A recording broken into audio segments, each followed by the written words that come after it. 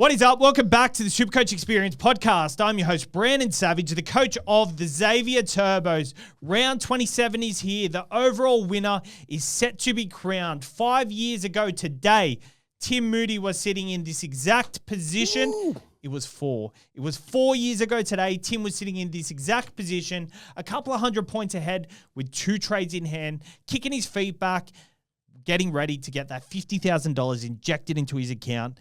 And he is here today on the podcast for the final time this year in studio. Timmy Moody, how are you? I'm all right. I'm okay. Got my twisties this week. Shout out to Twisties, loving the Twisties. Got twisty fingers, so excuse me. I don't think you should do product placement like that anymore. It's gone wrong for us in the past. Twisties like doing all. Yeah, no, look, No, look, we won't acknowledge the company, but company started pulling out ads all of a sudden. Couple of ads, mate. We had another podcast where you were eating their product and then conveniently the next day or so, we've got this ad. They made 2 ad campaigns about our discussion we had. One of them was the State of Origin Blues versus Maroons, salt and vinegar versus original. I thought, these kind of look State of Origin-ish. In a couple of, week or 2, 3 weeks, I'm pretty sure we did the podcast in like March, April. The ad campaign came out in June. Yeah. So I think it was April. Enough time to make it. Ad came out in June. I still, to this day, I am on the side of the company. I think... Give him benefit of the doubt? Yes. Yeah, I gave him benefit of the doubt until we started also saying how many... players also shared the same surname as the company.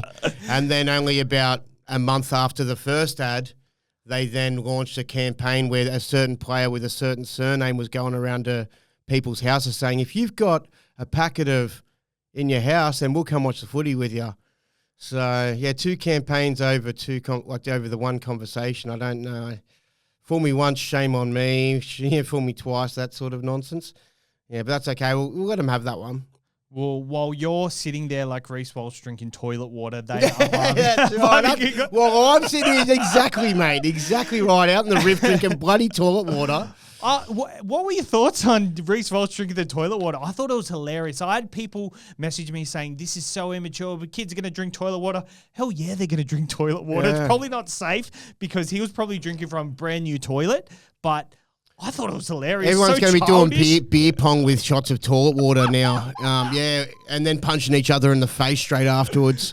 He's been in trouble, that fella, hasn't he? In the news for doing little things. He's young. He's young and outrageous. Why not let him live? I thought it was hilarious, and the fact that he's topping the SuperCoach for the last three of the four last 4 weeks is ridiculous, and you've got him in your side.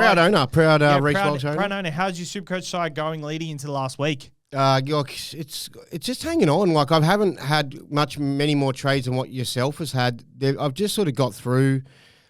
I've had players score, like I've got my captains wrong every single week, but I've just had players in my side score really well to not make it a disaster for me.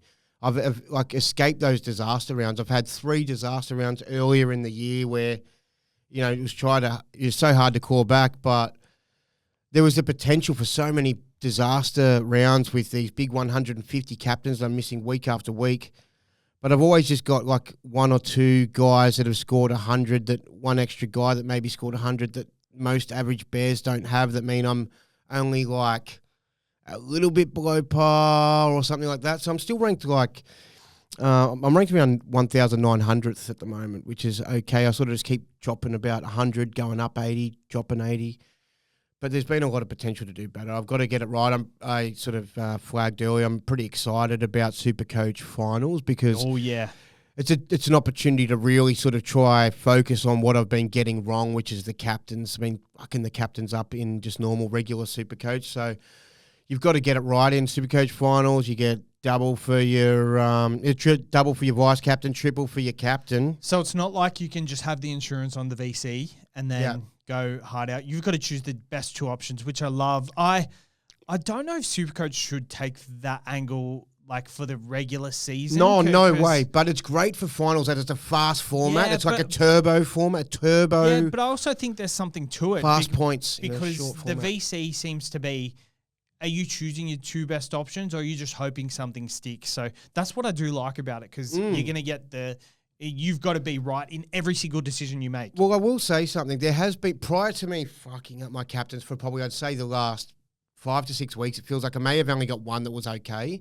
The rest of them have been all pretty bad over 5 to 6 weeks, and there was always a better option. Even in my side, every week I've missed the guy in my side that scored, a big 100 plus, 150 plus. Fucking hell. Forgot what I was going to say now. I've gone on such a bloody tangent. But Timmy's tangent. Yeah, Timmy's tangent. I don't know what I was saying. Help me out here. Captains, you've messed up your captains over the last couple of weeks. Oh, yeah, there was a period where I kind of was like not getting my captain right, but I was actually getting – so like I'd pick the best two guys in my side for my captain and my vice captain every week. For about 3-4 weeks I was doing it. But I was always having my, I was not getting it the right way around and not being able to loop it like, my vice captain wasn't loopable enough to loop, you know what I mean? And then going with my captain, but they ended up being the best two in my side. So I feel like it's a good opportunity. Like if you really are able to nail those sorts of things, you can really just get ahead and just like bang. But you get the first two right, like the first 2 weeks right, you're really going to gap yourself, and you're in a little exclusive little group of people. So yeah, I'm pumped for it. Well, we're having a discussion before, because you were having an argument with a friend of yours in a cash league who actually was trying to. He's been trying to tell you for a long time that there shouldn't be captains. Yeah, an old mate of mine. The guy got one of the I don't want to say got me into SuperCoach, but one of the OGs that sort of really been in a league with him since day one. And he was saying to me, he's real offered. He's like, I don't reckon there should be captains. Captains real, and it makes it too much. Puts luck too much in. Just a normal SuperCoach we're talking about, not finals. It's too much. It puts too much luck into it. And I'm like, no. That's where you separate the good from the great. You've got to be able to have a different variation each week to be like, this is the best thing this week to get on, and I've got to get on this week to then separate myself from everyone else who has the same similar side. And it sort of just allows each week to edge away more often than not than other people. But I had said to him in the chat, for me, it's just been the last couple of weeks, just not get my captains right. And he's like, there you go. You shouldn't, we should be having no captains and it should be all equal points. And I'm like, no, I'm fine with it. Like I've fucked it up. I've got it wrong. That's why I shouldn't have won our head-to-heads. That's why I shouldn't have gone further into the finals. So I've not got it right. I shouldn't get a lucky pass just because I've,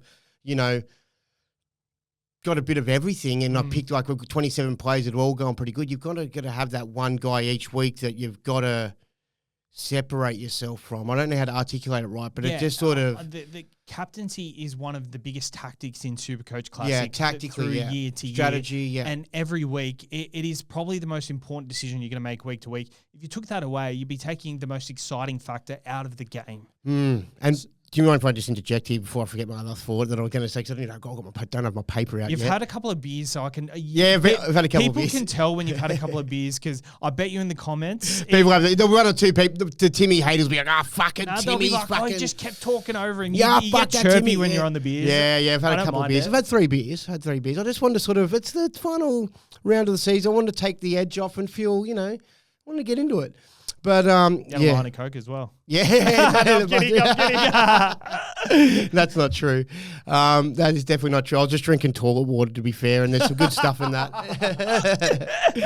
I did a bit of Todd Carney. Yeah. So where were we? You had a thought that you didn't want to forget. Oh yeah. Now I forgot it. That was a point. Yeah. I don't know. Captains. Anyway, your 1900th. It feels like every time you've come into this studio that it's been a disaster. You've held on, and it looks like you're probably going to hold on. How many players do you have going into this week? Well, I've just looked at it when I was having my last beer today. I just went before we came in here, and I was like, wow, I was just trying to look at my green lights and where it's all setting, and I've got to leave someone out this week. And that's not including Geimer. Geimer, is just not playing for me. Like, I could play him. Like, I think he's in my extended squad still.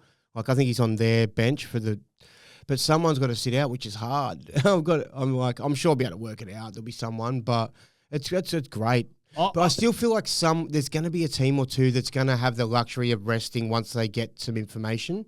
I reckon there's going to be a team that's kind of like, oh, we've named this full strength side, but now that a certain result comes out, they might go, oh yeah, let's not play our one big gun this week. Let's maybe just give this guy off. You know what I mean? And that might make, I feel like that could be like, maybe like it could be like the Sharks, or it could be the Warriors if they're not competing for fourth. Maybe they go, hey, let's just not play Nico this week. The thing is with the Warriors, they're going to travel anyway, and they've named a team list, so they're probably going to send a bunch of people over anyway.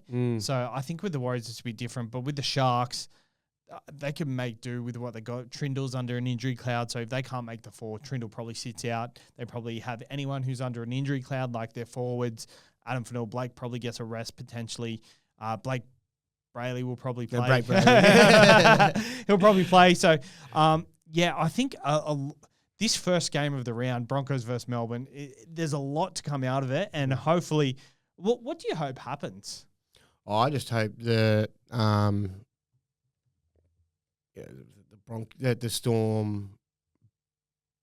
Storm wins, so people are alive. Yeah, that's kind of, I think that's the best. But I was saying to you on the drive here, I kind of, a part of me wanted a little bit more of Max Carnage and just to get lucky on it and just hope that I had maybe one or two players more than the average bear to really help me sort of boost my rank a little bit in that final round.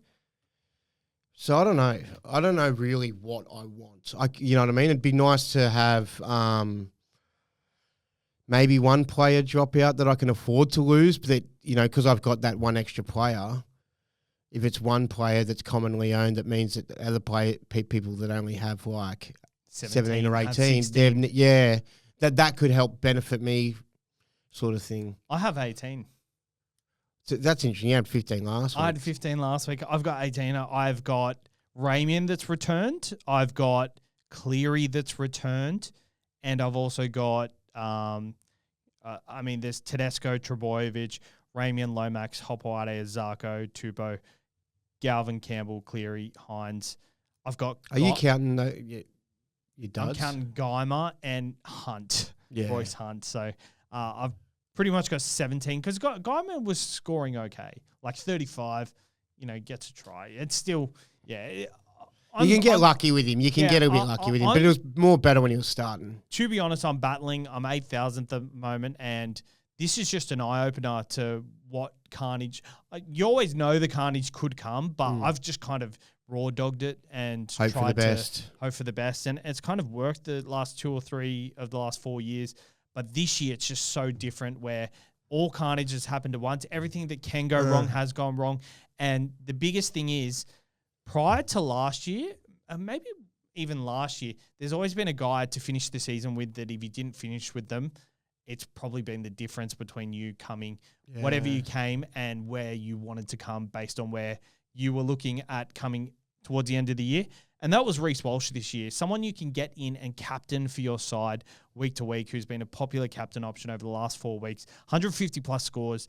Me and Grant talked about it. There was 9 150-plus scores prior to round 3 or 4 rounds ago. Feels like it's been fucking 9 in the last 3 weeks, to be honest. There's 18 at the moment. So there's been 18 150-plus scores. And even if you expand on that, the 140-plus scores is ridiculous as well.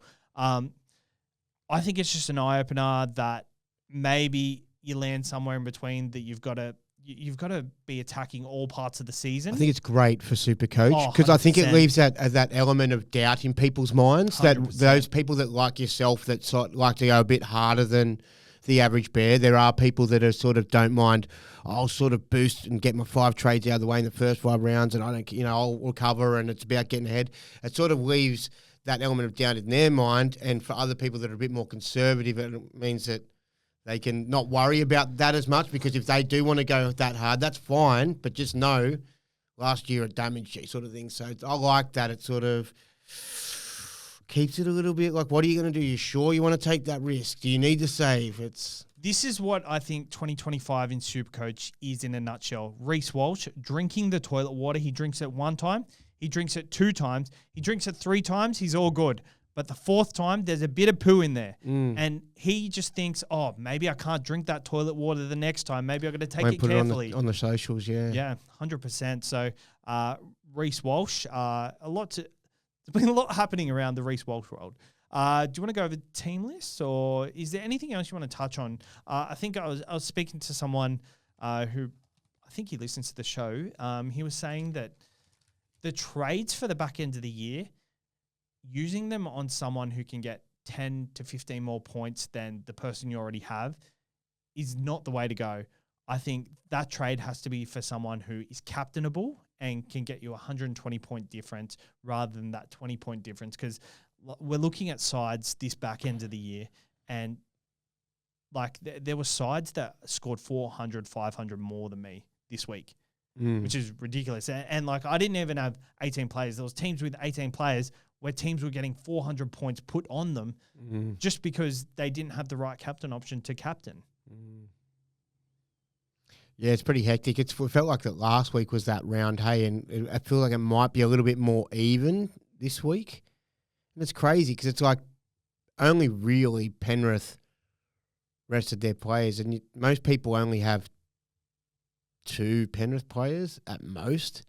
Like some would have 3. So, yeah, it's just pretty bizarre. 100%. Before we go into team list, who do you think your pod of the week is? And I just want to say one thing too. It could have been a lot worse. This final round could be mass. If it just things were like results over the last couple of weeks were just one little bit different here or there, it could have allowed maybe like 5 or 6 teams to just mass rest that are all in the top 8 to go, we know where we're at. Had the Roosters won 2 weeks ago, the top 8 would be locked in, which means maybe Roosters rest. Had the Broncos won a game earlier in the season, their for and against is so good that no teams could probably catch up to them even if the Broncos lost. So there's a lot to play out this week. It seems always to come down to the last round though. Like it feels like that restings are a luxury for sides that are in unique positions. It's not going to happen for the whole comp most of the time. Yeah, true. I just think that sometimes though, like it could play out just with the amount. Like this year, the competition's been quite tight too, which years when there's maybe more gap, it allows for more separation where there's less. So any year could be very. It's always hard to predict too. Like it's hard to even like 2 or 3 weeks out get a gauge of that they're definitely going to rest or you can't really. Yeah. Like even prior to this week, we don't know if teams are going to rest based on Thursday night's results. So I am excited for that Thursday. Scary game, for the overall hunt still. I reckon that's one thing that they could look into for SuperCoach, possibly just cut the finals round out for overall 2. I don't know. If that was just the rule from the start and everyone knows you're going from round, 1 to round 26 and leave the final round out, that'd be good because I just reckon too much mass resting on when things are just fall that way and no one can predict it could be very unfair if it went too bad for the overall standings. First overall, Finn is the coach, 34,720 points. The next behind him is 124 points behind, Baby Dales. Number 3 is They Killed Kinney. Momax is 4th. Stonecutters is 5th. Swole Toll Patrol is 6th. Skinny Superstars 7th. Haas Dalla Vista is 8th. Untalented Gutho, shout out Luke. He's part of the Zero community, but he's like 300 points behind. What's the Zero community? The SuperCoach Ground Zero. Oh yeah. You know that one. Yeah. And then Lambie Stiffarm is coming in at 10th. Awkward week for a lot of these guys. I can imagine they're going through hell. If they do have trades left, I don't know. We usually got these numbers at this point of the year, but it's been a tough race. And looking at the overall, it's kind of chopped and changed a lot. But these are the guys who are in contention. Finn has held it for a couple of weeks, so I want to give a shout out to Finn. Hopefully he takes it home because I think the person that's been in front for 3 or 4 weeks, it's stiff to come off. Yeah, I don't know any of them, or obviously what they're about, but I'm kind of quietly cheering for the guy in first, Finn. Vaffan is the team, and then Momax in 4th, who that team just seems like it's been thereabouts the whole year. A whole lot of it, yeah. He's still a chance. He's only 160 points off as well. So every team in that top five, top five, is a very good chance. And if you were one of them, which is one of the pods that you would go for this week, just based on matchup? Yeah, I guess it's a really tough week to work out. Hey, I thought it was going to be a bit easier to sort of have less teams playing for something, but I mean, it depends who you've got as well. Like, there's when you start to shout out these super pods, it's starting to think of guys that people just nobody would have. So rather than sort of do that, I reckon go back to say maybe some that are still kind of like maybe owned by like even less than 50%. If you get that guy and he's got, a 150 in him, and you land that versus, someone else who's playing someone alternatively that scores a 50, you've made up 100 of that. So I don't know. I kind of don't mind the idea of wingers, just like that could score that 3 or 4 sort of tries. And I know he did it last week, and I know you're not so big on him. Mark Nawaqanitawase. Hate it. Yeah, I still I don't know. It's because I as a non-owner and had selling him, I thought there's going to be a big one in him, and I've always thought that it wasn't going to be that Storm game. I kind of was like, I probably won't happen. It could happen because the Storm leak exclusively tries to wingers. That's where they leak a lot more tries, more so than most sides who can bleed. Share it around across the park. I still just thought the Storm were too good. It wouldn't happen there. So I still reckon there's potentially more in him. And he's just such an individualist, man. He's so... If you just want to have a guy that could just do some magic, and just... Especially, I know that the Roosters and the Bunnies match are always kind of got this, real rivalry and stuff. I just think that if the Bunnies just aren't up for it and it isn't that close matchup and the Roosters just hammer him, he could be on the end of something massive still. Whereas Tupu can have those 3 tries and still only be on 90. Yeah. The Wanganitawase trade this week. He's the second most traded in player. Yeah, he scored 158 last week, but Sam Walker returns. And I think I think next year we've got to look more into roles and what change...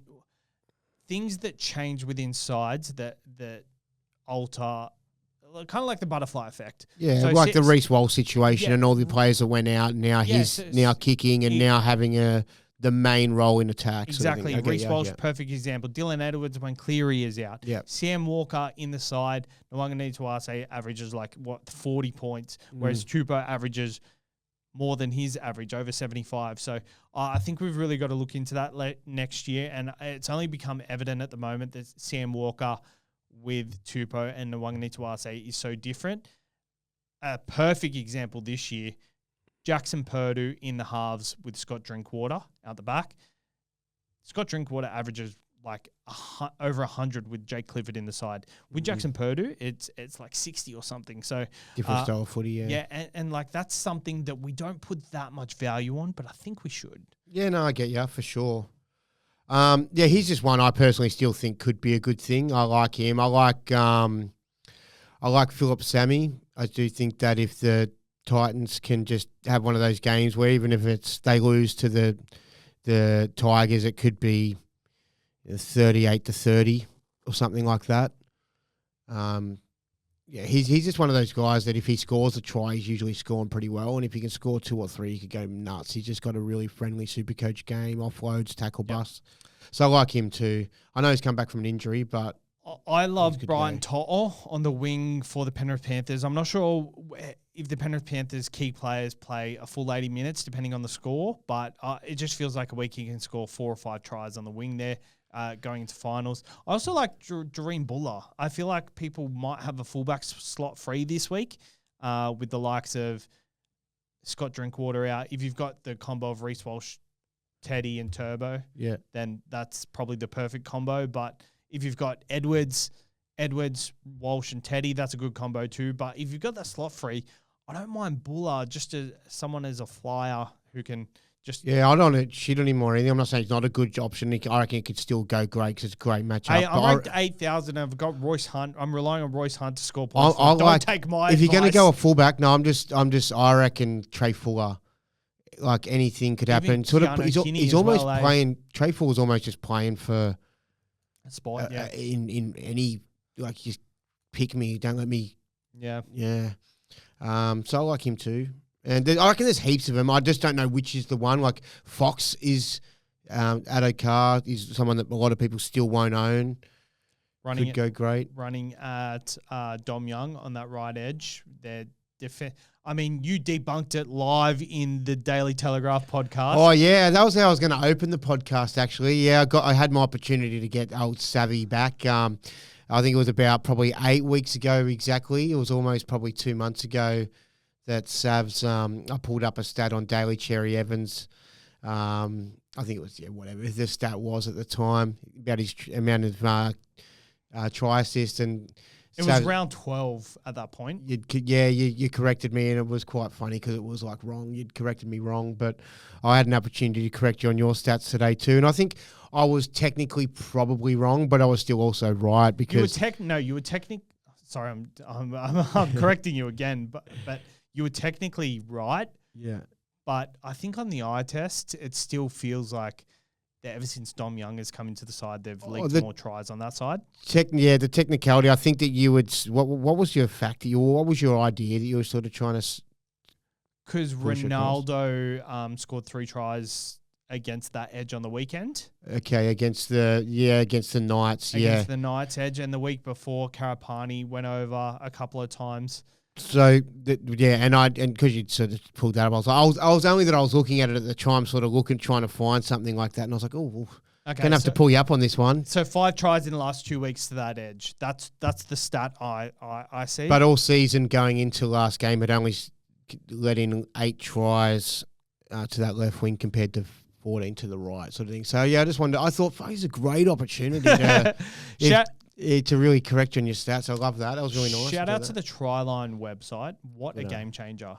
I think I wonder how long that's been around for. Is this a new, they only launched this year or has it been around forever? They've got a lot of great things in there. If you haven't looked at the Tryline.com.au app, they've got heaps in there. You can look at a matchup. It'll give you how many tries the team is scoring in each position, how much they're conceding in each position. Helps with, if you're picking same game multis for tries, bet responsibly, but also for your super coach who might score a few tries this game. And then they've just got some mad, just analytics and form and stuff, what a side might win, their percentage wins against top 8 versus their percentage wins against bottom 9 and stuff like that. Yeah, there's a lot in there, and it's really just easy to digest. It's really simple to look at and just take in a lot of information really 100%. Quickly. 100%. Shout out to Carl McGrath Accounting. Head over to carlmcgrathaccounting.com.au.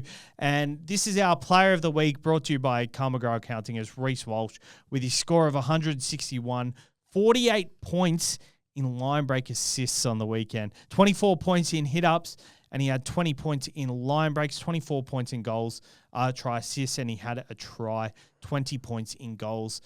And to top it off, for recovery, he had some toilet water. Shout out to Carl McGrath Accounting. If you have any accounting needs for a basic tax return, $110, mention the show, let him know. If you're getting your tax return done, let him know you listen to the show and he'll sort you out. He does specialize in businesses as well, and he's trying to get me to push that in the future, that businesses can go to Carl. He'll sort you out for price. And, if you're a business just trying to find your way, he's the accountant to go to for your tax return. So carlmcgrathaccounting.com.au. And let's go to the team list. Melbourne Broncos play the Storm Brisbane. Yes, the Storm. The Brisbane Broncos play the Melbourne Storm. Reece Walsh is at fullback. Ben Hunt stays at number 7. We have no Adam Reynolds, which is interesting. They're pretty much at full strength. And for the Storm, they rest Sean Blore. And also there is Jack Howarth on the extended bench. There was someone else that obviously Harry Grant's not there. Nelson is there. Stefano is out as well. So interesting here. I think Bellamy was very... Harry's a big out, I guess, just for the fact of people who've only got the one hooker and have to cop that. That's big. Yeah. I like that as a Watson owner. Sorry to Harry owners that have only got no trades or whatever, but I've had Watson who's just underwhelmed, and I just try to get anything back. Yeah, 100%. Bellamy was angry in the press conference last week, so I expect them to come out firing, but I expect the Broncos to come out firing too. I think this will be one of the better games of the weekend. I'm excited to sit down and watch this on Thursday night. Friday night, Seagulls play the Warriors, 6 p.m. Seagulls mathematically probably not a chance, but they'll need to put their best foot forward and try and win by 60 this game. So Tom Trebojevic, Lehigh Hopewade, Clayton Falalo and Tommy Talau are in the centres. So Adam Pompey has gone under the radar as a pod lately. So maybe he's one to look at potentially. I'm pretty sure because I've done the team of the week the last few weeks and he's been in there like probably. He loves finding the try line. He's a sneaky little guy to score a try. Just keep talking because I'll find his, actually, no, I can keep talking while I find his stats. I do it all the time. He scored 100 on the dot last week, 81 the week before, and 100 on the dot the week before that. So he's gone from a 39.3 average to the last 3 weeks, St. George, Gold Coast, Parramatta, 100, 81, and 101. The rookie centres, no Cooler, no Garrick. They've got Clayton Falalo, and they've also got Tommy Talau in the centres. Tommy Talau probably plays right. Clayton Falalo probably plays left. So, dare I say, they'll probably go the other side. But, Jesus Christ, I've had a Rocco Berry in a lot of my multis recently, and he fucking never gets close to scoring a try. So, Adam Pompey, yeah, 100%. Daly Cherry's last game in the Manly jersey before he goes off to the Roosters or retires. Who knows? I think he'll be out for a big one as well. Thoughts on him as a potential pot option, goal kicking? Yeah, I mean, it feels a little bit chasing last week's points. Yep. Maybe he had his big game last week, but I still reckon that, I don't know, as much as it didn't happen for them, they didn't eventuate, they didn't make the finals, maybe deep down they knew that they didn't have it in them to compete in the finals anyway, and that sort of hindered their performances trying to just even make it. I just think now that it's all, the pressure's all gone, like go have some fun. They've got nothing to lose, and I really reckon that Cherry Evans would want to sort of leave a good final memory. So that should translate to good footy. But if you wanted to play good footy all the time, you'd think you'd just turn it on. So, but I don't know. Sometimes there's just that little vibe in the air that just helps things come along. You know, it's just that carefree factor. 8 p.m. Friday. I think this will be another good game as well. The Roosters take on the Rabbitohs. The Rabbitohs are getting close to full strength. No Latrell Mitchell still. Cody Walker comes off the bench. Brendan Smith stays on the bench despite tipping people off that he was interesting matchup to let him sort of come off the bench when he's got as much inside information you could possibly have. He knows both clubs well. You know what I mean? Yeah, exactly. That's funny. I wonder if he's got any good tips for us this weekend. I think both teams will be up for this, so this will be a good game. Sam Walker returns. Sam Walker's potentially a good pot option for the week as well. 3 p.m. on Saturday. Jesus Christ, that's a good time. Nathan Cleary returns, and all the big guns for Penrith return. And it's 3 p.m. on a Saturday. Nathan Cleary, the last time he played at this venue, 175 points last year. See, I feel like I'm a little bit, just in my mind, feeling a bit 90-ish years, from Clear. I'm not feeling the big ones. It just feels like once they hit the lead, they're going to take the pedal off, right? I don't know, maybe. Like they're not going to put the foot on the throat. Maybe, but I reckon he's the one that I'm just fucking completely missing. Not that I'm completely missing, just kind of disregarding a little bit. Yeah, okay. And he could be the guy. Because it's not exciting. I don't know if it's not exciting. I just kind of... Because there hasn't been that killer upside all year, you know what I mean? 100% agree. 5:30, the Titans take on the Tigers. Keanu Keeney returns to fullback. Brimson goes to the centres alongside Carter Gordon, and it is Kieran Foran's last NRL game for the Tigers. Himasi Makasini debuts on the wing. I like a lot of options here, but I don't know how I feel about this one because I think Carter Gordon and Brimson in the centres defensively might be okay.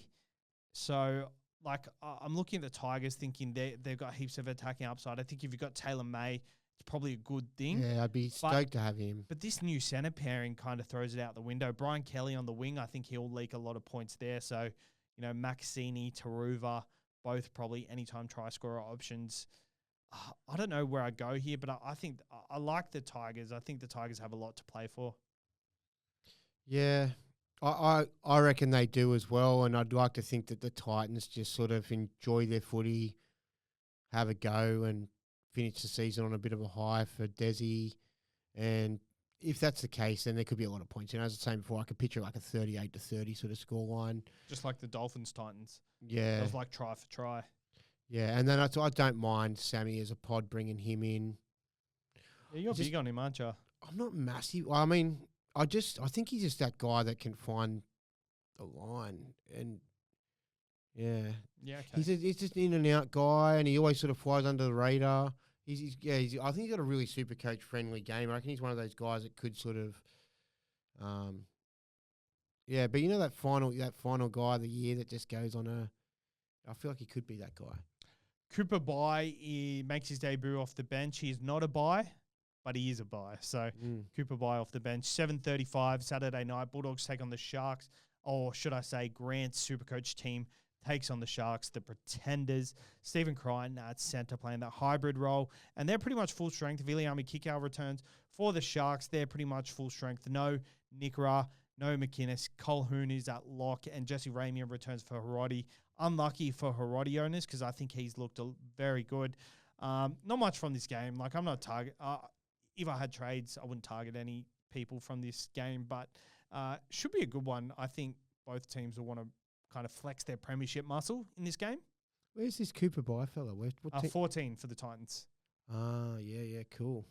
Dolphins take on the Raiders, 2 p.m. Sunday. Trey Fuller at fullback. Tavita Nafahu looking like an absolute weapon. What a headache they've got next year for the back line with Selwyn I said Cobbo. to you about a month ago, I don't know if just in a passing comment, just like I was like, I really like this little guy. I really like him.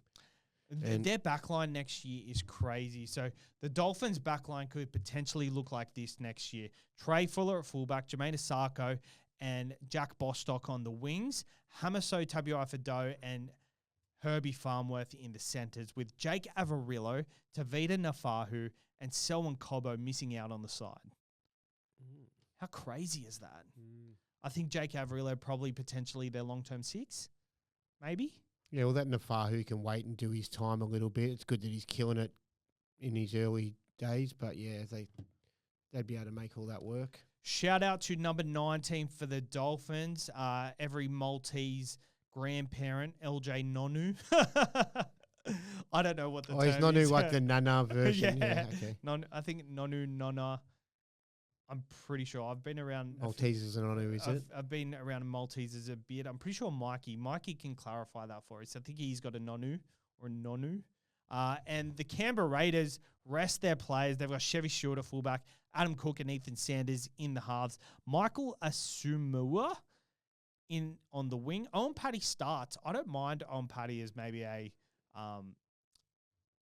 if you needed a hooker. If you needed a hooker, but yeah, it'd probably be a waste of a trade. Like, it's not 150 plus guy. Yeah, if you've only got one trade, you'd be better off just to kind of 100% take just have a flyer at something else. Joe Roddy at number 17. Shout out to Joel Reddy. 4 p.m. on Sunday, the Knights will be trying to defend the spoon. Not much doing for them, but for the Parramatta Eels, not also much doing for them. The Knights have conceded 18 tries to props, which is crazy. So looking at Junior Paulo, Dylan Walker, Jermaine Hopgood, I think they're a big chance this week. But Lomax, potential captain option for the week. Yeah, I like him. I mean, it feels like it's not... I don't know. I feel like it's always... Traditionally, it's felt always safer to be going with like a fullback or a halfback. You know what I mean? They just feel like they're more just in it. They're always going to be in the game. And sometimes if you pick a guy like Lomax, they might not just... The ball might not get out to him unless he's coming in, taking his runs. He hasn't been as offloady or as tackle busty as I felt like he has been last year, or even sort of at his best most of this season. Yep. So I'm a little bit reluctant, but I just feel like the Knights they were better, I think, last week than they probably have been for some of the other games, but maybe, they just, whatever, this last game. If that's the case, then he could go nuts. But Marju could, the Parasite leak a lot to left wingers, but I just sort of don't have the confidence that they will get the ball to the left winger well at the moment with the dynamic of their side tonight. So I don't think he's that great of a shout. I think they respect Adam O'Brien enough to want to have Give a crack. him a good They've had a send-off. crack all season, the Knights. I feel sorry for them that they potentially get the spoon because I think they've been, like Supercoach-wise, they've been a bit of an awkward team to play against. A bit of a pain in the arse, yeah. Pain in the arse, as most Supercoach teams would say. Anyway, we've got not much else for the preview this week. Tom Trbojevic is number one traded in. What are your thoughts on him? Just really as a non-owner, like him to not go too big one more time. I just think with Turbo being available at centre wing next year, I actually think the same thing. I think he's going to be in everybody's side. And this last 2 weeks has been awkward for Supercoach because 180 and 100 has really pushed his average up. And looking into next year, if he's available in centre wings, he's going to be in so many people's side that it's going to make it so much harder to fit in 3 fullbacks. Do you fit in 3 fullbacks if he's available at centre wing? Or do you... You could have 4, wouldn't you? I see what you mean. Yeah, you wouldn't have to force one into the flex. Yeah. It doesn't matter really where you put it in. Yeah, I guess the dynamic will depend on what's available. His average is 72. So if he plays an 18th game, scores 100, might go up to 75. Yes. Yes. Am I allowed to take a piss break? Yeah, of course. Yeah, of course. Thanks, bro. What should I do? You can have some twisties. I don't know if you just wanted to resume you're just going to pause. I'll resume because I've got merch to talk about. Yeah, maybe you can talk about that. Yeah. So I'd hate to do that, but those 3 beers have just. Do you want to be here when I talk about the merch? Oh yeah, sure, I'll be here. Okay, I'll come back to that. Anyway, I do have to do like a top 3 jerseys thing, so I'll do that now. All right. I've got to do I'm going to leave this in the podcast, guys, but I've got to do like a top 3 jerseys for like this year. And Retro Rugby League has asked me to do it. So I'm just going to do it off the top of the bat now. I've got my 2 favorite jerseys that are there, but I don't know what else. Yeah, I'll do the 3rd one. All right. Retro Rugby League has asked me to do my top 3 jerseys for 2025, and here they are. Coming in at number 1, it's the Raiders Las Vegas jersey. I think this jersey is so clean. It blends so well, and I love it. Number 2, it's got to be the Brisbane Broncos blackout jersey. How good was that? I think should I really do it like that? I think I should do it more. I shouldn't do it live on a podcast. I'm sorry. Anyway, the merch we have coming out. Timmy is back. I went to do my top 3 jerseys and I bitched out because I'm going to leave it in the podcast. And top 3 jerseys of all times? No, of this year. Oh, that you've seen, like the Broncos black one. Was that in the top 3? It was. Okay, let's do it between each other as a little intermission. Talk it out. Yeah, work it out. I'll start and you can just feed off me, all right? Yeah. All right. Retro Rugby League has asked me to do my top 3 jerseys for 2025, and here they are. Number 1 is the Canberra Raiders Las Vegas jersey. I think that is so clean, and when they came out at it, it just screamed elegant, and just I knew they were going to have a good year when I saw them come out in that jersey. And shout out to their Anzac jersey. I thought that was a great jersey as well. I think they've nailed every single jersey they've done this year. They've nailed everything they've done in rugby league this year. The Canberra Raiders have been flawless. Yeah, no, I've enjoyed them. It's they're just fun to look at, just in general. I like watching them and the Tigers play recently. Just the colour match of the 2 sides. You know when you sort of watch 2 sides play and the jerseys just look nice playing each other? Yep. Yeah. I feel what you mean. Number 2, it's got to be the Broncos blackout jersey. I think it was for a good cause. It screamed like rugby union, and the fact that actually, we don't like rugby union. Do you know what everyone was saying? Oh, it's so All Blacks. Do you know what I thought it was to me? It was the baddies from the Mighty Ducks. Yeah. You know that bad side that Banks used to play for before he came over to the Mighty Ducks? I don't remember what their name was, but they were all black and they were badass. And that's what the Broncos sort of, that vibe came out with, just those really, the good side. They're good and they're bad and they're hard to beat. And I liked it. I thought it was really cool. 100% agree. And number 3 is the West Tigers 2005 Heritage jersey. A lot of people are saying... Almost number 1. I loved that last week. That was so nice. I loved it too, but 2 weeks ago. Was it last week? 2 no, weeks ago? I don't know. But it was the West Tigers 2005 Heritage jersey. A lot of people said that the Pepper Money logo ruined it. But in my opinion, this sponsor integration argument is pissing me off so much. I think the sponsors actually make jerseys what they are. Think back to Pepsi Manly. Think back to Phone Zone, Canberra Raiders. We saw a homeless guy. Henny Penny. What about Henny Penny for the Knights? Henny Penny. How about bloody Pepsi for the Sharks? The Pepsi have been on 2 great jerseys. I used to have jerseys. a Knights jersey when I was a kid. I think it was because of the Newcastle Knights. Because of the Newcastle Knights, because of Andrew Johns. It was like my sneaky second team. You've always got a sneaky second team when you're a kid. But yeah, I used to always peel the Henny Penny off it. I wish I knew where that jersey was these days. But yeah, I think that jersey we saw today from the homeless man, if he didn't need to be washing windscreens, he could have sold that jersey for about $500-600. 100%. It was so good. I might go back. I might go back and get it. I had that jersey as a kid, and it was a great thing to have. All right, let's move on. And so our merch, we said before, our merch is coming out quite late this year, after round 27, after everyone's dropped off. So if you are listening, merch is available in the description. We'll do a full ad campaign for it when our merch comes. Already, people have ordered in the Patreon. They've got a 20% discount there. But if you are ordering from the podcast, you'll just pay normal price, but it's not that expensive. I think cheap as chips, mate. Basically giving them away. The thing is, the good thing about it being late, it allows you to come into the new season fully fresh, kitted up. Fresh, you can, watch from home wearing your shirt. If you're a bit like me, I like to sometimes wear my Penrith jersey just at home by myself watching the Panthers. You can sit and watch a SuperCoach Experience t-shirt while watching Savs do his intro. And this merch thing, we haven't really seek to do it, but obviously our agency DM Podcast Studio set up a store for us. They've got a supply that they've got for us, and they've just given us free reign on what we want. So there's hoodies, there's shirts. Oh, geez, hoodies coming into spring. Jesus Christ, great timing. But we will have much more merch coming out next year at a good time. But now we've got the supplier, we've got the store, and we've got the setup for it. These will be the staples that will be in the store at all times. So this will be our uniform coming into the podcast most weeks. So shout out to shirts tucked in. Yes, shout out to DM for putting them on for us, and obviously our new logo.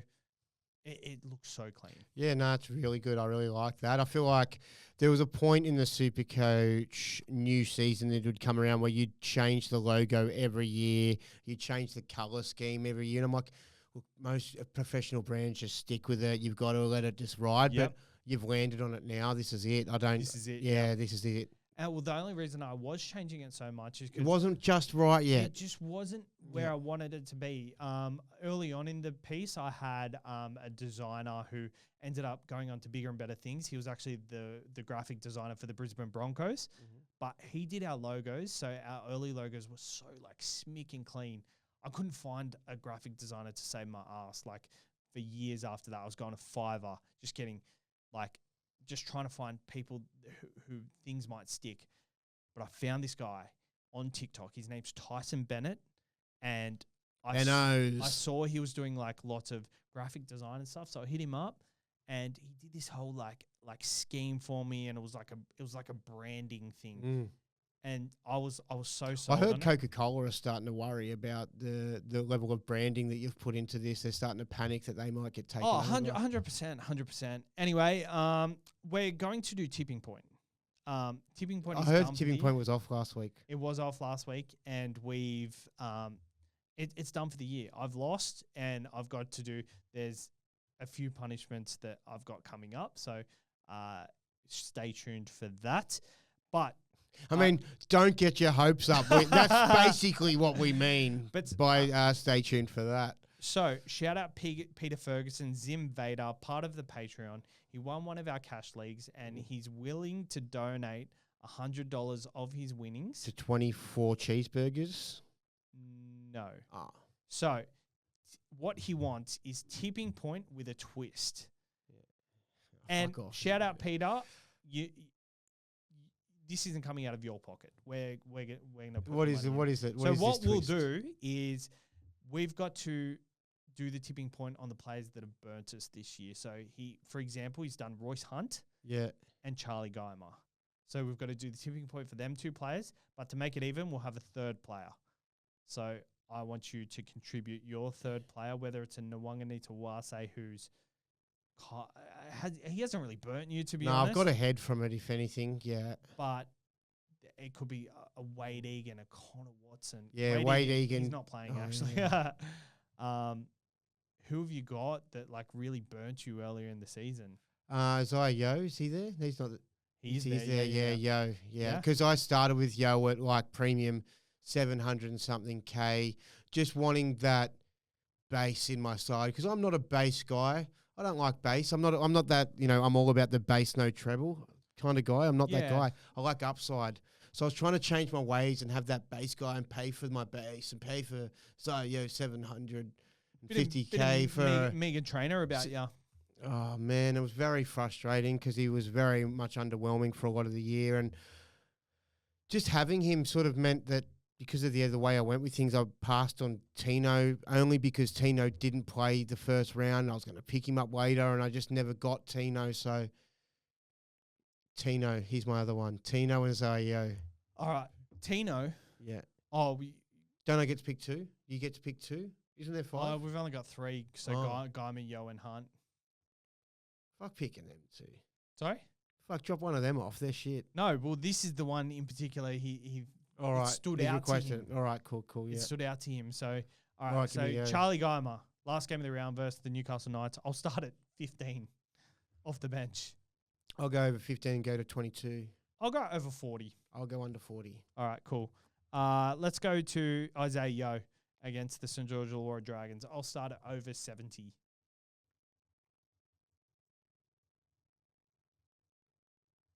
I'll go over 72.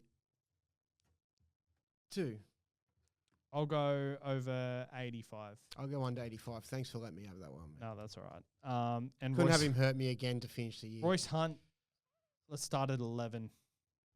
11. I've not been watching what he's been putting out. He's been scoring like 13s. Has he? 13. Yeah. So he's at his par, is he? That's pretty much what he's at. I'm going to go over 13. I'm gonna go over 20 just for the novelty of it. Yeah. Could have a try in him. So pretty much. Has he scored over 20 yet this year? No. Oh, I think he scored 27 earlier in the year. I'll go. I feel like this is crap. I'll go under 20. I don't know what I'm doing here with him. Hold on. Let me just look at his stats. Don't know what minutes he's playing. I don't know. I've not. His highest score is 33. Yeah, it's still a threat to me. It's still scary. Like at 20, that's sort of like. But so pretty much, okay, so he scored early in the year 21, 25, 22. Then he scored 15, 11. Then he scored 33, 28. And then... Yeah, you've talked me into... round 9, 13, 15, 31, 6, 11, 19, 12, 12. All right, yeah, 20 seems all right. Yeah, no, yeah, okay, all right. Yeah, like 20 is like a god score for him. Okay, cool. So I've got Royce Hunt over 20. I've got Yo over 85 and Geimer over 40. What are our charities we're going to donate to? So pretty much if I lose, the $100 goes to your charity. Oh, I'm not donating $100 to a charity. No, you don't donate it, but I don't. I'm like, I'm not. I can't afford that. I donate it, but it just goes to whoever wins. Yeah, I mean, pick a better time and place. I've got bills coming out my ass at the moment. Let me say, what charity? I'm not too sure. I'm not very familiar with charities, to be honest. I'll go Beyond Blue. Beyond Blue? Yeah. Beyond Blue, what one's that one? They're men's, they're mental health, not men's necessarily. Okay. Mental health sort of. I'm going to go. I think they take I don't know if they just. I think they take donations. I don't know if they're just doing free services to. Yeah. Okay. Oh, we'll look into it a bit more. But Beyond Blue, I'll go. I'm gonna look into it, but I'll go something to do with like foster kids. Yeah, like you'll give you $1,000 to Make-A-Wish Foundation. Go, sorry, mate, we only got $100 budget for you. Jump on the jumping council and get off. No, I'll do it. Oh, yeah, I'll do the Cancer Council. They do kids, don't? I'll Make-A-Wish Foundation. I'll do that. Yeah, I'll do that. Put it to the because like tally. ever since having a daughter, just like kids sick and kids homeless, like kids not having parents. Oh, it breaks my heart. Like I cry about it every time. All right, thank you for tuning into the podcast. We'll see you later. Bye.